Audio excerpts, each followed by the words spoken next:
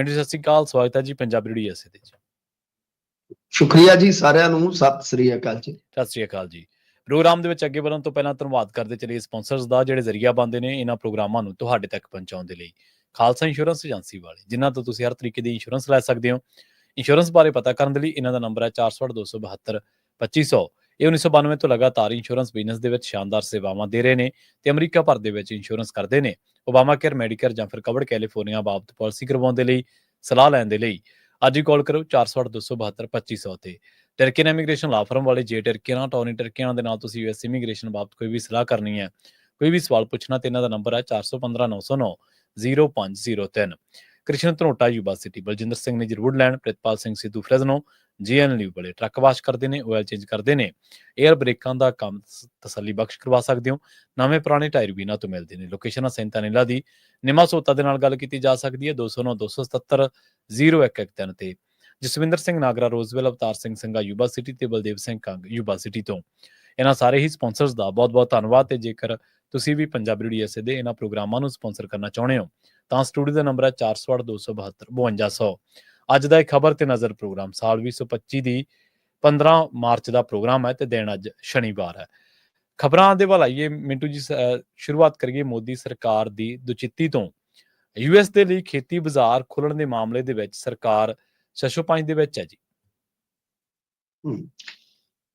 ਦੇਖੋ, ਖੇਤੀ ਬਾਜ਼ਾਰ ਬੜਾ ਸੈਂਸਿਟਿਵ ਮਾਮਲਾ ਹੈ ਜੀ, ਔਰ ਸੈਂਸਿਟਿਵ ਹੀ ਨਹੀਂ, ਇਹ ਸਿਆਸਤ ਨਾਲ ਵੀ ਜੁੜਦਾ ਹੈ, ਕਿਉਂਕਿ ਸਭ ਨੂੰ ਪਤਾ ਹੈ ਕਿ ਜੇ ਇਸ ਤਰ੍ਹਾਂ ਦਾ ਕੋਈ ਫੈਸਲਾ ਪੁੱਠਾ ਸਾਬਤ ਹੁੰਦਾ ਹੈ ਤਾਂ ਫਿਰ ਇਹਨਾਂ ਦੀ ਕੁਰਸੀ ਜਿਹੜੀ ਹੈ ਨਾ, ਉਹ ਕੁਝ ਦਿਨਾਂ ਦੀ ਮਹਿਮਾਨ ਬਣ ਕੇ ਰਹਿ ਜਾਏਗੀ। ਕੁਝ ਦਿਨਾਂ ਦੇ ਮਹਿਮਾਨ ਤੇਰੇ ਦੋਸਤ ਆ, ਫਿਰ ਤੈਨੂੰ ਆਖਰੀ ਸਲਾਮ ਮੇਰੇ ਦੋਸਤਾਂ। ਤਾਂ ਕਹਾਣੀ ਕੁਝ ਇਸ ਤਰ੍ਹਾਂ ਦੀ ਹੋ ਜਾਂਦੀ। ਦੇਖੋ, ਗੱਲ ਕੀ ਆ ਕਿ ਭਾਰਤ ਦੀ ਜਿਹੜੀ 70 ਕਰੋੜ ਆਬਾਦੀ ਆ, ਸਿੱਧੇ ਜਾਂ ਅਸਿੱਧੇ ਤੌਰ ਤੇ ਅੱਜ ਵੀ ਉਹ ਖੇਤੀ ਨਾਲ ਜੁੜਦੀ ਹੈ ਜੀ। ਤੇ ਜਿਹੜੇ ਯੂਰਪੀ ਸੰਘ ਦੇ ਨਾਲ ਇਸ ਵੇਲੇ ਇਮਕਾਨ ਆ ਫ੍ਰੀ ਟ੍ਰੇਡ ਐਗਰੀਮੈਂਟ ਦੇ, ਮੁਕਤ ਵਪਾਰ ਸਮਝੌਤਾ ਜਿਸ ਨੂੰ ਕਹਿੰਦੇ ਆ, ਗੱਲਬਾਤ ਚੱਲਦੀ ਪਈ ਹੈ। ਦੇਖੋ, ਉੱਥੇ ਵੀ ਇਸੇ ਚੀਜ਼ ਨੂੰ ਲੈ ਕੇ ਹੀ ਇੱਕ ਗਰਾਰੀ ਅੜਦੀ ਆ ਨਾ, ਕਿ ਜਿੱਦਾਂ ਚੀਜ਼ ਹੈ ਜਾਂ ਹੋਰ ਦੁੱਧ ਦੇ ਉਤਪਾਦਨ ਆ, ਇਹਨਾਂ ਦੀ ਜਿਹੜੀ ਕਟੌਤੀ ਦੀ ਮਨਸ਼ਾ ਯੂਰਪੀ ਸੰਘ ਪਹਿਲਾਂ ਹੀ ਜ਼ਾਹਰ ਕਰ ਚੁੱਕਾ ਹੈ। ਠੀਕ ਹੈ ਜੀ। ਹੁਣ ਦੁੱਧ ਵੀ ਆਪਾਂ ਨੂੰ ਪਤਾ ਹੈ, ਦੁੱਧ ਦਾ ਉਤਪਾਦਨ ਵੀ ਕਿਸਾਨੀ ਨਾਲ ਜੁੜਦਾ ਜੀ, ਬਿਲਕੁਲ। ਠੀਕ ਹੈ ਨਾ ਜੀ। ਸੋ ਇਸ ਕਰਕੇ ਉੱਥੇ ਵੀ FTA ਦੇ ਵਿੱਚ ਜੇ ਸਭ ਤੋਂ ਵੱਡਾ ਤੁਸੀਂ ਅੜਿੱਕਾ ਦੇਖੋਗੇ ਕਿਤੇ ਨਾ ਕਿਤੇ, ਜਾਂ ਜਿਹਦੇ ਤੇ ਜ਼ਿਆਦਾ ਚਰਚਾ ਹੋ ਰਹੀ ਹੈ ਇਸ ਵੇਲੇ ਨੁਕਤੇ ਤੇ, ਉਹ ਆਇਓ ਆ। ਇਸੇ ਤਰ੍ਹਾਂ ਅਮਰੀਕਾ ਦੇ ਵਣਜ ਮੰਤਰੀ ਹੈ ਜਿਹੜੇ ਹਾਵਰਡ ਲੁਟਨਿਕਸ਼ਨ ਉਹਨਾਂ ਦਾ ਨਾਮ ਹੈ, ਉਹਨਾਂ ਨੇ ਕਿਹਾ ਸੀਗਾ ਕਿ ਭਾਰਤ ਮਤਲਬ ਕਿ ਅਮਰੀਕਾ ਨਾਲ ਕਾਰੋਬਾਰੀ ਚ ਖੇਤੀ ਉਤਪਾਦਾਂ ਤੇ ਟੈਕਸ ਕਟੌਤੀ ਦਾ ਮੁੱਦਾ ਜਿਹੜਾ ਉਹ ਸ਼ਾਮਲ ਕੀਤਾ ਜਾਣਾ ਚਾਹੀਦਾ। ਤਾਂ ਉਹ ਜਿਹੜਾ ਬਿਆਨ ਸੀਗਾ ਉਹ ਇੱਥੇ ਫਿਰ ਬਹੁਤ ਜ਼ਿਆਦਾ ਕਹਿ ਲਓ ਕਿ ਭਖ ਗਿਆ ਕਿ ਭਾਈ ਕੀ ਤੁਸੀਂ ਵਾਕਿਆ, ਕਿਉਂਕਿ ਅੱਜ ਕੱਲ ਅਮਰੀਕਾ ਦੇ ਵਿੱਚ ਇਹ ਆ ਕਿ ਜੋ ਵੀ ਉਹ ਸੋਚਦੇ ਉਹ ਹੋ ਜਾਂਦਾ, ਪਤਾ ਨਹੀਂ ਕੀ ਅਲਾਦੀਨ ਦਾ ਚਿਰਾਗ ਹੈ। ਠੀਕ ਹੈ ਨਾ ਜੀ। ਨਰਿੰਦਰ ਮੋਦੀ ਬਿਲਕੁਲ ਉਹ ਤੇ ਤੁਹਾਨੂੰ ਪਤਾ ਹੀ ਆ, ਜੋ ਮਰਜ਼ੀ ਕਹੀ ਜਾਣ, ਜੋ ਮਰਜ਼ੀ ਕਰੀ ਜਾਣ, ਉਹ ਤੇ ਕਦੇ ਸਫਾਰੀ ਕਰਨ ਨਿਕਲ ਜਾਂਦੇ ਆ, ਕਦੇ ਸੈਰ ਕਰਨ ਨਿਕਲ ਜਾਂਦੇ, ਉਹ ਤਾਂ ਕਹੀ ਜਾਂਦੇ ਆ ਕਿ ਅਸੀਂ ਸੈਰਾਂ ਤੇ ਨਹੀਂ ਸਫ਼ਰਾਂ ਤੇ ਆ, ਪਤਾ ਨਹੀਂ ਕੀ ਹਿਸਾਬ ਕਿਤਾਬ ਆ। ਖੈਰ, ਤੇ ਦੇਖੋ ਇਹਦੇ ਵਿੱਚ ਹੁਣ ਕੀ ਆ ਕਿ ਆਸਟ੍ਰੇਲੀਆ ਨਾਲ ਵੀ FTA ਕੀਤਾ ਸੀਗਾ ਕੁਝ ਸਮਾਂ ਪਹਿਲਾਂ ਇੰਡੀਆ ਨੇ, ਪਰ ਉਹਦੇ ਚ ਵੀ ਆਸਟ੍ਰੇਲੀਆ ਨੇ ਬਹੁਤ ਜ਼ੋਰ ਲਾਇਆ ਸੀ, ਪਰ ਖੇਤੀ ਉਤਪਾਦ ਸ਼ਾਮਲ ਨਹੀਂ ਸਨ ਕੀਤੇ ਗਏ। ਤੇ ਜਦੋਂ ਬਰਤਾਨੀਆ ਦੇ ਨਾਲ ਗੱਲਬਾਤ ਚੱਲੀ ਸੀਗੀ FTA ਦੀ, ਤਦ ਵੀ ਸਾਫ਼ ਕਰ ਦਿੱਤਾ ਗਿਆ ਸੀਗਾ ਕਿ ਖੇਤੀ ਨੂੰ ਦੂਰ ਰੱਖਿਆ ਜਾਏਗਾ। ਤਾਂ ਇਸ ਹਾਲਾਤ ਦੇ ਵਿੱਚ ਮਤਲਬ ਕਿ ਖੇਤੀ ਉਤਪਾਦਾਂ ਤੇ ਫੀਸ ਦੀ ਕਟੌਤੀ ਨੂੰ ਲੈ ਕੇ ਇਸ ਵੇਲੇ ਇੰਡੀਆ ਦੇ ਵਿੱਚ ਕੋਈ ਜ਼ਿਆਦਾ ਮੇਰੇ ਖਿਆਲ ਦੇ ਨਾਲ ਪੋਜ਼ਿਟਿਵ ਹੁੰਗਾਰਾ ਨਹੀਂ ਹੈ। ਦੁਚਿੱਤੀ ਜ਼ਰੂਰ, ਕਿਉਂਕਿ ਦੇਖੋ ਬਦਾਮ, ਪਿਸਤਾ, ਸੇਬ, ਕੈਂਬਰੀ ਵਰਗੀਆਂ ਜਿਹੜੀਆਂ ਵਸਤੂਆਂ ਤੇ ਟੈਕਸ ਦੇ ਵਿੱਚ ਕਟੌਤੀ ਜ਼ਰੂਰ ਕੀਤੀ ਜਾ ਸਕਦੀ ਹੈ।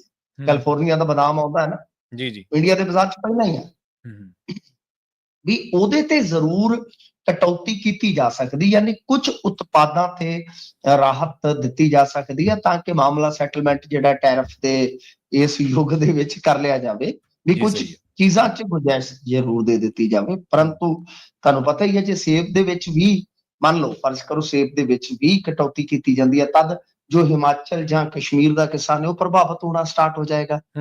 ਠੀਕ ਹੈ ਨਾ ਜੀ। ਤੇ ਇਸ ਕਰਕੇ ਇੱਥੇ ਪ੍ਰਭਾਵ ਬਹੁਤ ਜਲਦੀ ਗਰੀਬ ਕਿਸਾਨ ਤੇ ਜਿਹੜਾ ਪੈ ਜਾਂਦਾ। ਸੋ ਇਸ ਕਰਕੇ ਇੰਡੀਆ ਤੋਂ ਚਿੱਤੀ ਹੈ ਕਿ ਇੱਕ ਤੇ ਹੈ ਕਿ ਉਹ ਸ਼ਾਂਤ ਕਿੱਦਾਂ ਕੀਤਾ ਜਾਵੇ ਅੰਕਲ ਨੂੰ, ਤੇ ਫਿਰ ਦੂਜੀ ਗੱਲ ਇਹ ਕਿ ਆਪਣਾ ਹਿੱਤ ਕਿਸ ਤਰ੍ਹਾਂ ਬਚਾਇਆ ਜਾਏ। ਸੋ ਇਸ ਕਰਕੇ ਦੇਖੋ ਹੁਣ ਅੱਗੇ ਕੀ ਮਸਲਾ ਜਿਹੜਾ ਉਹ ਬਣਦਾ ਹੈ।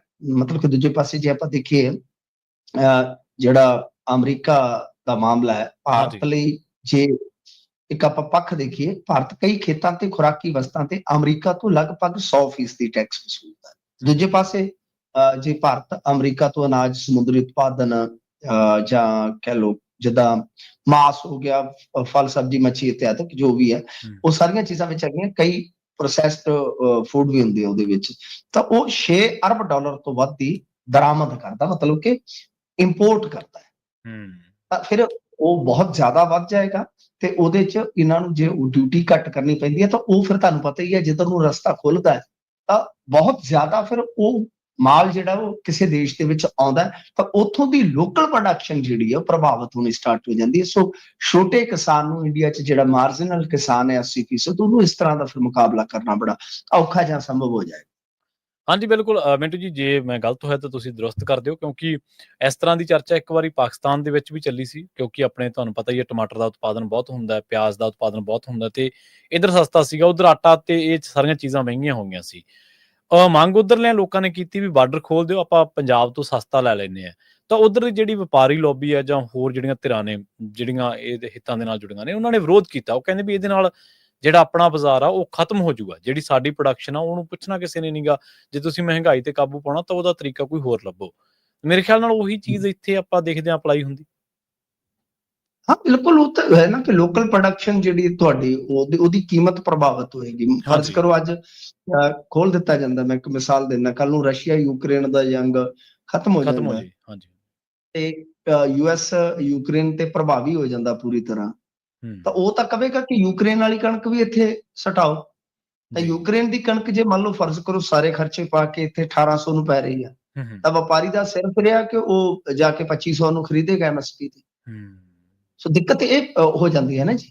ਤੇ ਫਿਰ ਦੂਜਾ ਹੁੰਦਾ ਕਿ ਡੰਪਿੰਗ ਸਟਾਰਟ ਹੋ ਜਾਂਦੀ ਹੈ ਪ੍ਰਵੀਨ ਜੀ। ਜਿਹੜੇ ਦੇਸ਼ ਦੇ ਵਿੱਚ ਟੈਕਸ ਘੱਟ ਹੁੰਦਾ ਉੱਥੇ ਜਾ ਕੇ ਮਾਲ ਡੰਪ ਕਰ ਦਿੱਤਾ ਜਾਂਦਾ ਹੈ। ਤਾਂ ਜਿੱਥੇ ਕਹਿ ਲਓ ਕਿ ਕਿਸੇ ਮਾਲ ਦੀ ਸਪਲਾਈ ਹੀ ਬਹੁਤਾਤ 'ਚ ਹੋ ਗਏ, ਤਾਂ ਫਿਰ ਤੁਸੀਂ ਦੇਖੋ ਨਾ ਕਿ ਉੱਥੇ ਤੇ ਫਿਰ ਕੀਮਤਾਂ ਬਿਲਕੁਲ ਹੀ ਜਿਹੜੀ ਕਹਿ ਲਓ ਕਿ ਲੋਕਲ ਪ੍ਰੋਡਕਸ਼ਨ ਉਹ ਤਾਂ ਬਿਲਕੁਲ ਹੀ ਲਮਕ ਜਾਏਗੀ ਨਾ। ਕਿ ਜੇ ਉਹਦੀ ਕਾਸਟ ਪੈ ਰਹੀ ਆ 2400 ਨੂੰ 2500 ਨੂੰ ਵੇਚ ਰਿਹਾ ਸੀਗਾ, ਦੂਜੀ ਚੀਜ਼ ਉੱਥੇ ਅਵੇਲੇਬਲ 1600 ਨੂੰ ਆ, ਉਹਦਾ ਘਾਟਾ ਵੀ ਬਹੁਤ ਜ਼ਿਆਦਾ ਹੋਗਾ, ਉਹਦੀ ਕੀਮਤ ਵੀ ਪੂਰੀ ਜੀ। ਤੇ ਮਿੰਟੂ ਜੀ, ਅਗਲੀ ਗੱਲ ਕਰੀਏ ਪਾਵਰਕਾਮ ਦੀ। ਅਰਵਿੰਦ ਕੇਜਰੀਵਾਲ ਜਦੋਂ ਪੰਜਾਬ ਦੇ ਵਿੱਚ ਚੋਣਾਂ ਦੇ ਲਈ ਪ੍ਰਚਾਰ ਕਰਦੇ ਹੁੰਦੇ ਸੀ, ਕਹਿੰਦੇ ਸੀ ਕਿ ਅਸੀਂ ਮੈਨੇਜਮੈਂਟ ਦੇ ਨਾਲ ਸਾਰੀਆਂ ਚੀਜ਼ਾਂ ਠੀਕ ਕਰਨੀਆਂ, ਚਾਹੇ ਉਹ ਹਸਪਤਾਲ ਹੋਣ, ਸਿੱਖਿਆ ਹੋਵੇ ਜਾਂ ਕੁਝ ਵੀ ਲਾਅ ਐਂਡ ਆਰਡਰ ਦਾ ਮਸਲਾ ਹੋਵੇ। ਪਰ ਹੁਣ ਕਹਿੰਦੇ ਬਿਨਾਂ ਮੈਨੇਜਮੈਂਟ ਤੋਂ ਹੀ ਚੱਲ ਰਿਹਾ ਜੀ ਪਾਵਰਕਾਮ।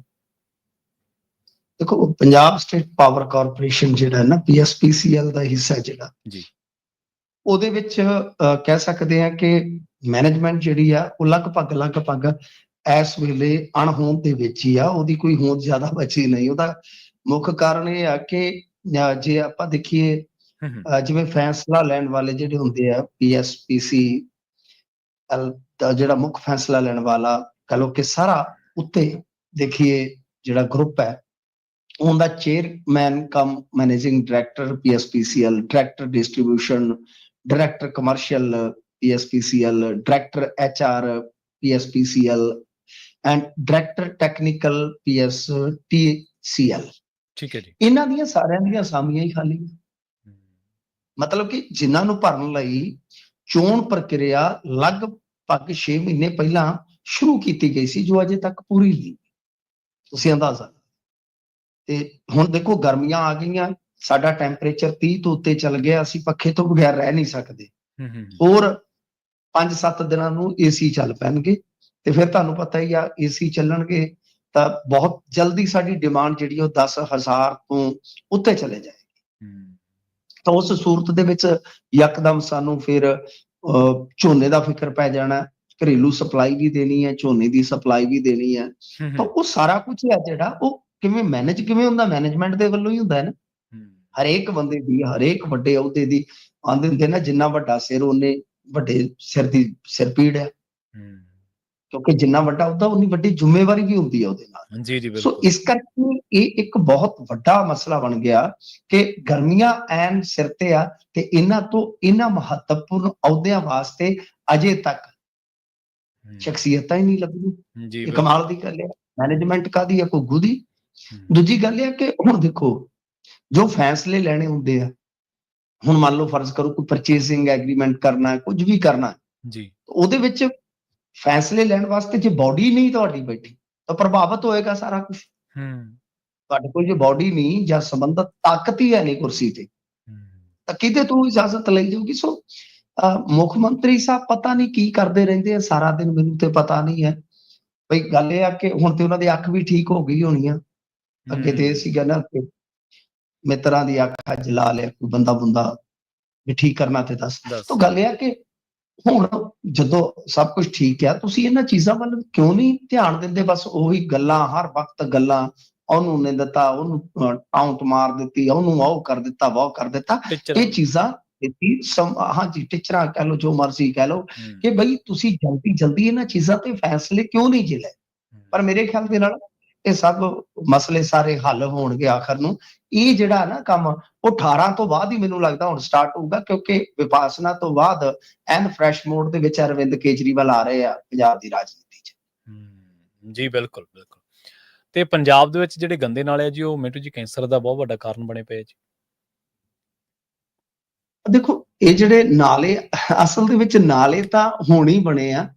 ਕਿਸੇ ਸਮੇਂ ਘੱਗਰ ਨੂੰ ਅੱਜ ਆਪਾਂ ਇੱਕ ਵੇਖਿਆ ਕਿ ਇੱਕ ਅਵਾਰਡ ਦਿੱਤਾ ਜਾਂਦਾ ਮੀਡੀਆ ਵੱਲੋਂ, ਘੱਗਰ ਨਦੀ ਜਾਂ ਘੱਗਰ ਨਾਲਾ।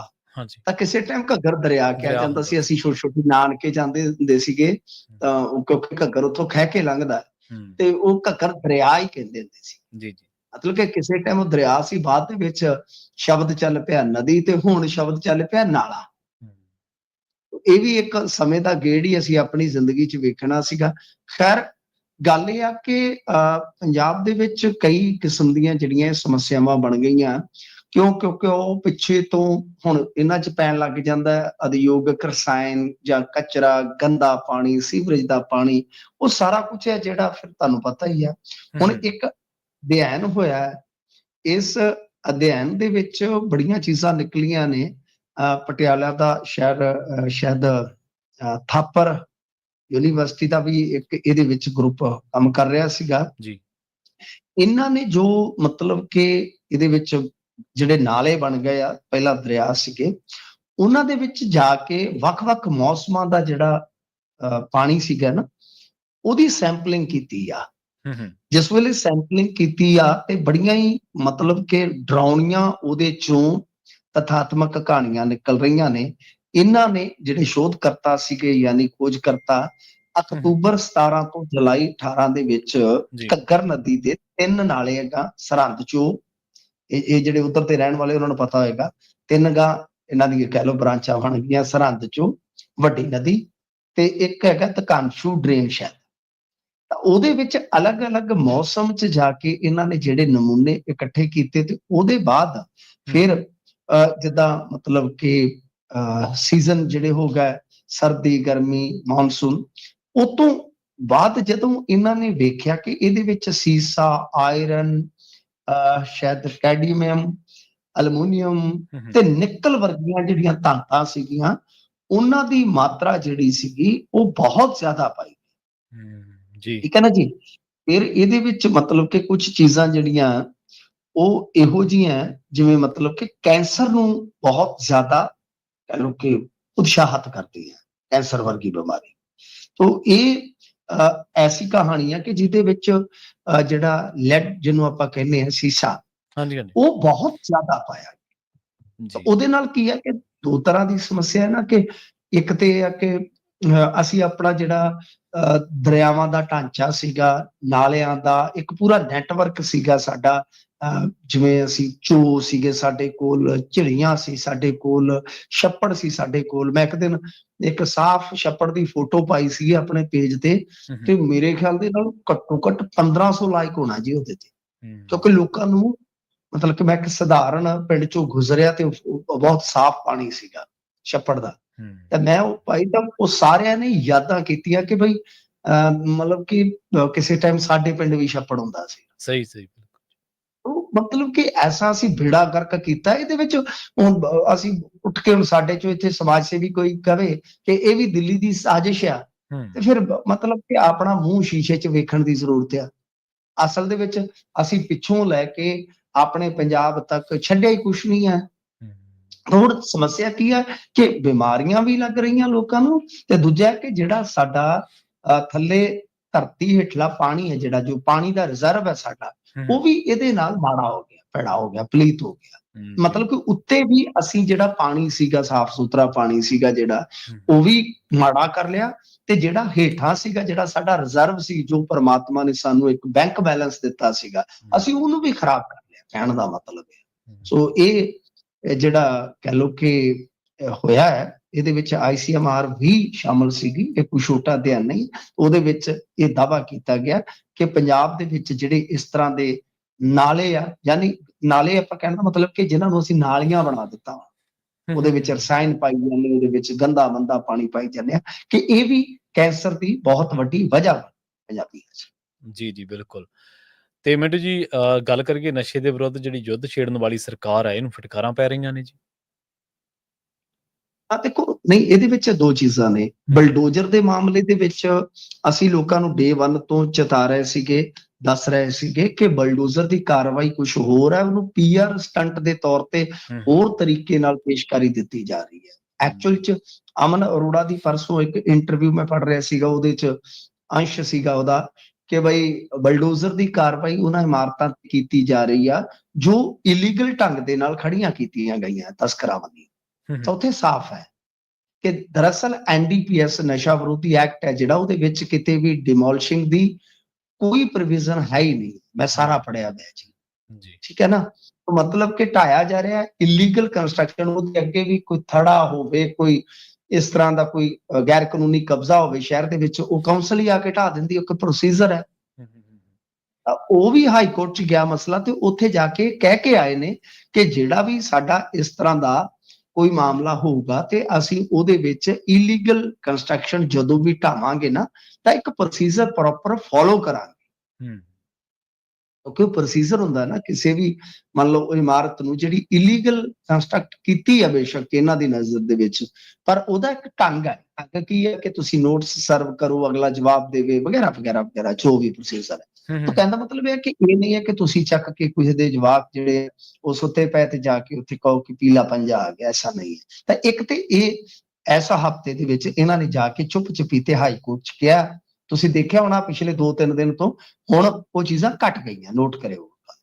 ਦੂਜੀ ਚੀਜ਼ ਇਹ ਹੈ ਕਿ ਹਾਈ ਕੋਰਟ ਦੇ ਵਿੱਚ ਇੱਕ ਹੋਰ ਮਾਮਲਾ ਚੱਲਦਾ ਪਿਆ ਸੀਗਾ ਜੀ।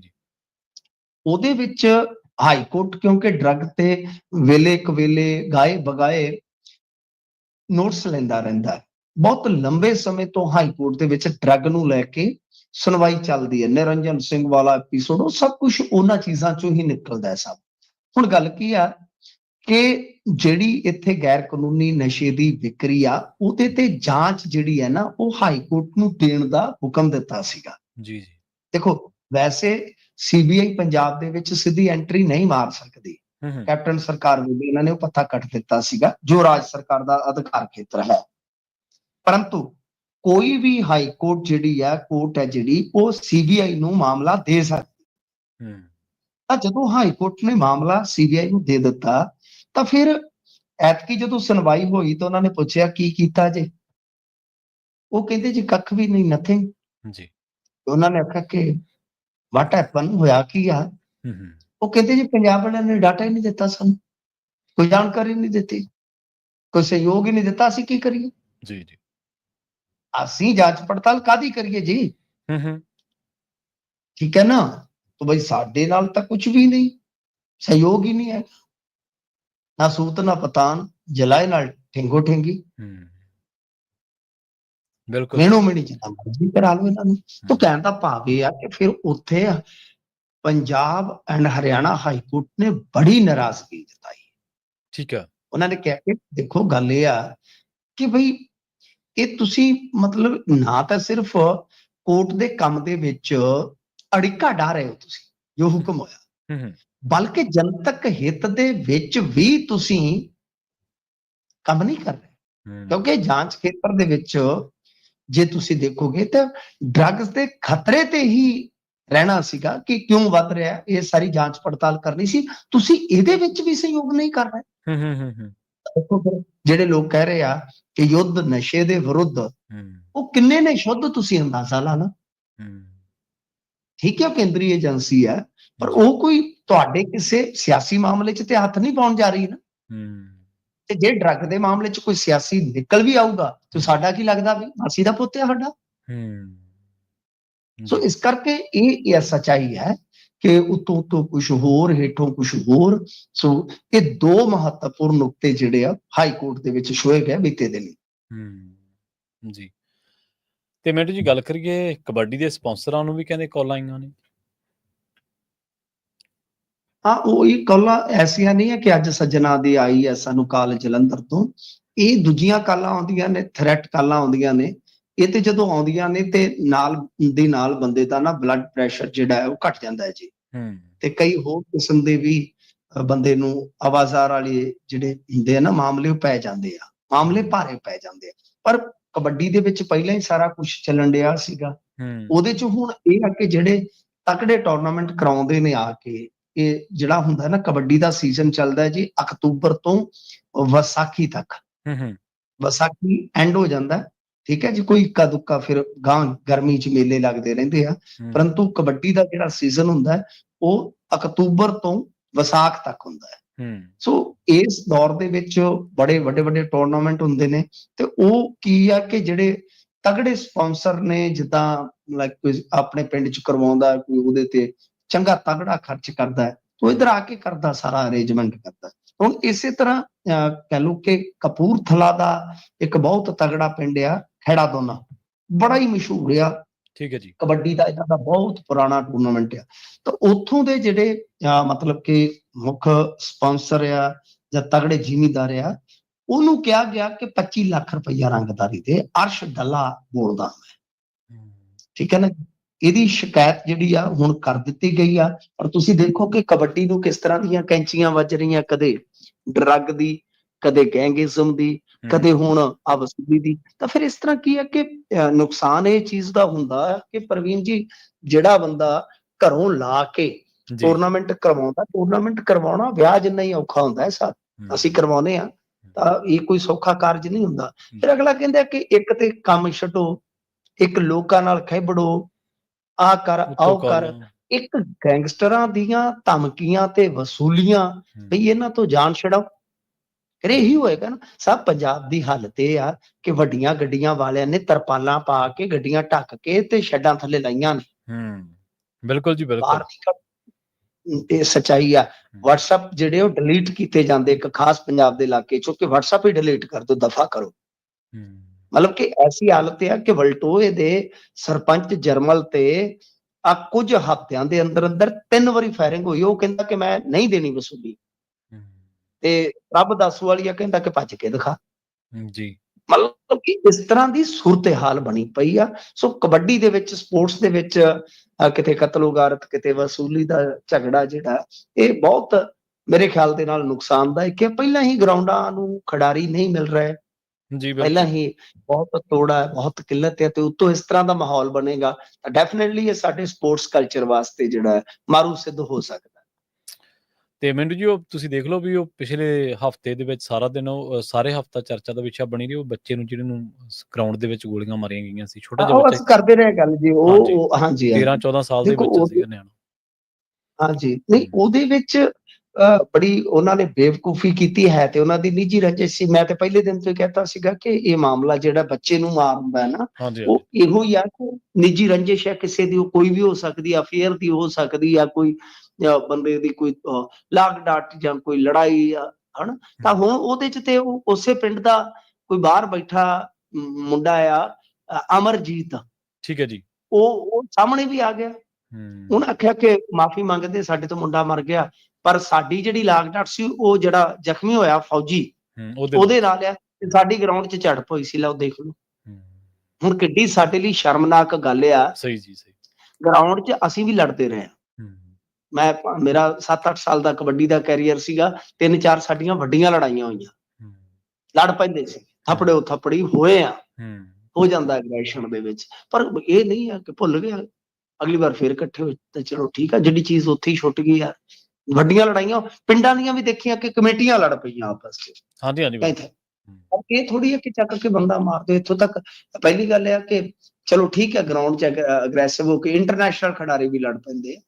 ਜਿਦਾਨ ਵਰਗਾ ਤੁਹਾਨੂੰ ਪਤਾ ਨਾ ਇੱਕ ਮੌਕੇ ਤੇ ਆਪਣੇ ਤੋਂ ਬਾਹਰ ਹੋ ਜਾਂਦਾ, ਕਿਉਂਕਿ ਖੇਡ ਹੀ ਅਗਰੈਸ਼ਨ ਦੀ, ਭੇਡ ਹੀ ਅਗਰੈਸ਼ਨ ਦਾ ਹੈ। ਤਾਂ ਮਤਲਬ ਇਹ ਨਹੀਂ ਹੈ ਕਿ ਫਿਰ ਆਪਾਂ ਉੱਥੋਂ ਗਰਾਊਂਡ ਚ ਦੁਸ਼ਮਣੀ ਇੱਥੋਂ ਤੱਕ ਲੈ ਜਾਈਏ ਨਾ। ਤਾਂ ਨਿਬੇੜਨਾ ਚਾਹੀਦਾ ਕਿ ਠੀਕ ਹੈ ਯਾਰ, ਗਰਾਊਂਡ ਚ ਕਿਸੇ ਨੇ ਵਾਧਾ ਕਰਤਾ, ਕਿਸੇ ਦਾ ਵਾਧਾ ਹੋ ਗਿਆ, ਕਿਸੇ ਦਾ ਘਾਟਾ ਹੋ ਗਿਆ, ਤਾਂ ਉਸ ਚੀਜ਼ ਨੂੰ ਰੱਖਣਾ ਚਾਹੀਦਾ। ਉਹ ਬੱਚਾ ਹੋਣਹਾਰ ਬੱਚਾ ਸੀ, ਗਰੀਬ ਪਰਿਵਾਰ ਦਾ ਬੱਚਾ ਸੀਗਾ, ਤੇ ਉੱਥੇ ਵੀ ਮਾਨ ਸਾਹਿਬ ਨੂੰ ਮੈਂ ਤੇ ਹੱਥ ਜੋੜੇ ਸੀ ਔਨ ਕੈਮਰਾ। ਤੁਸੀਂ ਖੇਡ ਪ੍ਰੇਮੀ ਹੋ, ਤੁਸੀਂ ਕੋਚਿੰਗ ਵੀ ਦੇ ਦਿੰਦੇ ਹੋ ਵੇਲੇ ਕਵੇਲੇ ਇੰਡੀਅਨ ਹਾਕੀ ਦੀ ਟੀਮ ਨੂੰ ਫੋਨ ਤੇ। ਤੁਸੀਂ ਆ ਕੇ 8 ਵਜੇ 8 PM ਤੁਸੀਂ ਆ ਕੇ ਜਿਸ ਹਾਲਤ ਚ ਵਧਾਈਆਂ ਦਿੱਤੀਆਂ ਸੀ, ਉਹ ਵੀ ਪੂਰੇ ਮੁਲਕ ਨੇ ਵੇਖਿਆ ਸੀਗਾ। ਤੇ ਘੱਟੋ ਘੱਟ ਇਹ ਬੱਚਾ ਵੀ ਖਿਡਾਰੀ ਸੀਗਾ, 3 ਭੈਣਾਂ ਦਾ ਇਕਲੌਤਾ ਭਰਾ ਸੀਗਾ, ਮਾਂ-ਬਾਪ ਦਾ ਸੁਪਨਾ ਸੀ, ਇੱਕ ਤਰ੍ਹਾਂ ਨਾਲ ਉਮੀਦ ਸੀ, ਸੰਭਾਵਨਾ ਸੀ। ਇਹਨੂੰ ਵੀ ਵਿਚਾਰੇ ਨੂੰ ਦੇ ਦਿਓ ਕੁਛ ਨਾ, ਕਣਕ ਹੋਈ ਨਹੀਂ ਸਰਕੀ। ਤੇ ਜਾਂਦੇ ਗੱਲ ਕਰੀਏ ਮਿੰਟੂ ਜੀ, ਮੋਦੀ ਸਰਕਾਰ ਦੀ ਸੋਸ਼ਲ ਮੀਡੀਆ ਦੀ ਤਲਾਸ਼ੀ ਲੈਣ ਦੇ ਮਾਮਲੇ ਤੇ ਹੁਣ ਸਰਕਾਰ ਨੇ ਸਫਾਈ ਦਿੱਤੀ ਹੈ ਜੀ ਕੋਈ? ਹਾਂਜੀ, ਦੇਖੋ ਗੱਲ ਕੀ ਹੈ ਕਿ ਇਹਨਾਂ ਨੇ ਕਿਹਾ ਸੀਗਾ ਕਿ ਭਾਈ ਅਸੀਂ ਜਿਹੜੀ ਤਲਾਸ਼ੀ ਲਵਾਂਗੇ, ਸਫਾਈ ਕੀ ਐਕਚੁਅਲ ਚ ਕਾਹਤੋਂ ਆਈ ਹੈ, ਪਹਿਲਾਂ ਉਹਦਾ ਪਿਛੋਕੜ ਥੋੜਾ ਜਿਹਾ ਦੱਸ ਦਈਏ। ਕਿ ਪਿਛਲੇ ਦਿਨੀ ਜਿਹੜਾ ਇਹਨਾਂ ਨੇ ਨਵਾਂ ਇਨਕਮ ਟੈਕਸ ਐਕਟ ਲਿਆਂਦਾ ਸੀ, ਉਹਦੇ ਬਾਰੇ ਮਾਰਾ ਨੇ ਗੱਲ ਕਹੀ ਕਿ ਜਿੱਦਾਂ ਸੋਸ਼ਲ ਮੀਡੀਆ ਹੈ, ਜਾ ਕੇ ਜਿਹੜਾ income tax department, IT department ਆ, ਉਹ ਖੰਗਾਲ ਸਕਦਾ ਕਿਸੇ ਦਾ ਵੀ। ਤੇ ਉਹ ਜੇ ਕੋਈ ਪਾਸਵਰਡ ਨਹੀਂ ਦੇਵੇਗਾ ਤੇ ਤਦ ਵੀ ਮਤਲਬ ਕਿ ਉਹਨੂੰ ਬ੍ਰੇਕ ਕੀਤਾ ਜਾ ਸਕਦਾ। ਇਹ ਏਜੰਸੀਆਂ ਦੇ ਕੋਲ ਸਾਰੀ ਤਾਕਤ ਰਹੇਗੀ। ਤਾਂ ਇਹ ਬਹੁਤ ਵੱਡਾ ਵਿਰੋਧ ਹੋਇਆ ਕਿ ਤੁਸੀਂ ਸੋਸ਼ਲ ਮੀਡੀਆ ਤੇ ਕੀ ਭਾਵਿਆ ਕਿ ਮਸਲਨ ਇੱਥੋਂ ਤੱਕ ਪਹੁੰਚ ਹੋ ਜਾਏਗੀ ਕਿ ਕੋਈ ਵੀ ਬੰਦਾ ਸੋਸ਼ਲ ਮੀਡੀਆ ਦੇ ਜ਼ਰੀਏ, ਉਹਨੇ ਰੀਲਾਂ ਰੂਲਾਂ ਪਾਈਆਂ, ਤੁਹਾਡੇ ਪਾਏ ਆ ਲੂਇਸ ਵਿਟੌਨ ਦੇ ਬੂਟ, ਤੇ ਉਹ ਵੀ ਗਿਣੇ ਜਾਣੇ ਆ ਵਿੱਚ ਫਿਰ ਕਿ ਬਈ ਇਹ ਕਿੱਥੋਂ ਆਏ ਆ। 1.5 ਲੱਖ ਦਾ ਫਰੈਂਡੀ ਦਾ ਬੂਟ ਪਾਇਆ ਤਾਂ ਕਿੱਥੋਂ ਆਇਆ, ਗੂਚੀ ਦਾ ਪਾਇਆ ਕਿੱਥੋਂ ਆਇਆ। ਮਤਲਬ ਕਿ ਉਹ ਸਾਰੀਆਂ ਚੀਜ਼ਾਂ ਦੇਖਣ ਵਾਸਤੇ ਪ੍ਰੋਫਾਈਲ ਤੁਹਾਡੀ ਖੋਲੀ ਜਾਏਗੀ। ਜੇ ਤੁਸੀਂ ਨਹੀਂ ਦਿਓਗੇ ਐਕਸੈਸ, ਉਹ ਬ੍ਰੇਕ ਕਰ ਸਕਦੇ। ਇਹ ਮੈਂ ਸਿੰਪਲੀ ਤੁਹਾਨੂੰ ਸਮਝਾਇਆ। ਜੀ ਬਿਲਕੁਲ। ਤਾਂ ਇਹਦਾ ਵਿਰੋਧ ਹੋ ਰਿਹਾ ਸੀਗਾ ਕਿ ਤੁਸੀਂ ਤੇ ਬਿਲਕੁਲ ਨਿਜਤਾ ਤੇ ਹੀ ਆ ਗਏ ਹੋ, ਬਿਲਕੁਲ ਜਿਹੜਾ ਨਿਜਤਾ ਦਾ ਕਹਾਣ ਹੈ ਉਹਦੇ ਤੇ ਉਤਰ ਆਇਆ। ਤਾਂ ਹੁਣ ਇਹਨਾਂ ਨੇ ਸਫਾਈ ਦਿੱਤੀ ਆ ਕਿ ਨਹੀਂ, ਅਸੀਂ ਜਿਹੜਾ ਜੀ ਉਹ ਜਦੋਂ ਛਾਪਾ ਮਾਰਾਂਗੇ ਉਹਦਾ ਹੀ ਅਸੀਂ ਇਹ ਸਭ ਕੁਝ ਖੰਗਾਲਾਂਗੇ। ਤੇ ਮਸਲਾ ਤੇ ਉਹੀ ਹੈ ਨਾ, ਮੰਨ ਲਓ ਛਾਪਾ ਮੇਰੇ ਤੇ ਮਾਰਤਾ, ਇੱਥੇ ਕੋਈ ਟੁੱਚਰ ਜਿਹਾ ਵਿੱਚ ਉਹਨਾਂ ਦਾ ਇਨਕਮ ਟੈਕਸ ਦਾ ਅਧਿਕਾਰੀ ਹੈ, ਮੇਰੀ ਕੋਈ ਪ੍ਰਾਈਵੇਟ ਚੈਟ ਹੈ ਪ੍ਰਵੀਨ ਜੀ ਦੇ ਨਾਲ ਕਾਰੋਬਾਰੀ ਸੰਬੰਧੀ, ਤਾਂ ਉਹ ਚੈਟ ਲੈ ਕੇ ਉਹ ਕੱਲ ਨੂੰ ਮੈਨੂੰ ਬਲੈਕਮੇਲ ਕਰਨਾ ਸਟਾਰਟ ਕਰ ਸਕਦਾ। ਜੀ ਬਿਲਕੁਲ ਬਿਲਕੁਲ ਜੀ। ਮਤਲਬ ਕਿ ਨਿਜਤਾ ਦਾ ਖਤਰਾ ਤਾਂ ਬਰਕਰਾਰ ਹੈ ਨਾ। ਸਫਾਈ ਆਪਣੀ ਥਾਂ ਤੇ ਦਿੱਤੀ ਹੈ ਇਹਨਾਂ ਨੇ ਕਿ ਨਹੀਂ ਜੀ, ਜਦੋਂ ਛਾਪੇਮਾਰੀ ਹੋਏਗੀ ਇਹ ਨੌਬਤ ਉਦੋਂ ਹੀ ਆਏ। ਪਰ ਇਸ ਨੌਬਤ ਦੇ ਮਾਮਲੇ 'ਚ ਇਹ ਹੈ ਕਿ ਵਿੱਤੀ ਜਾਂਚ ਇੱਕ ਪਾਸੇ ਹੈ, ਨਿਜਤਾ ਇੱਕ ਪਾਸੇ ਹੈ, ਤਾਂ ਉਹਦਾ ਤੁਸੀਂ ਨਿਖੇੜਾ ਕਿਵੇਂ ਕਰੋ? ਬਿਲਕੁਲ ਜੀ ਬਿਲਕੁਲ। ਮਿੰਟੂ ਜੀ, ਇਹਨਾਂ ਖਾਸ ਖਬਰਾਂ ਤੇ ਖਾਸ ਜਾਣਕਾਰੀਆਂ ਦੇ ਲਈ ਤੁਹਾਡਾ ਬਹੁਤ ਬਹੁਤ ਧੰਨਵਾਦ ਜੀ। ਜੀ ਸ਼ੁਕਰੀਆ ਜੀ। ਪ੍ਰੋਗਰਾਮ ਖਬਰ ਤੇ ਨਜ਼ਰ ਨਾ ਪਾਈ ਇੱਥੇ ਸਮਾਪਤ ਕਰਾਂਗੇ। ਤੁਹਾਡਾ ਸਾਰਿਆਂ ਦਾ ਵੀ ਬਹੁਤ ਧੰਨਵਾਦ। ਸਤਿ ਸ਼੍ਰੀ ਅਕਾਲ। ਜੁੜੇ ਰਹੋ ਪੰਜਾਬੀ ਰੇਡੀਓ USA ਦੇ ਨਾਲ।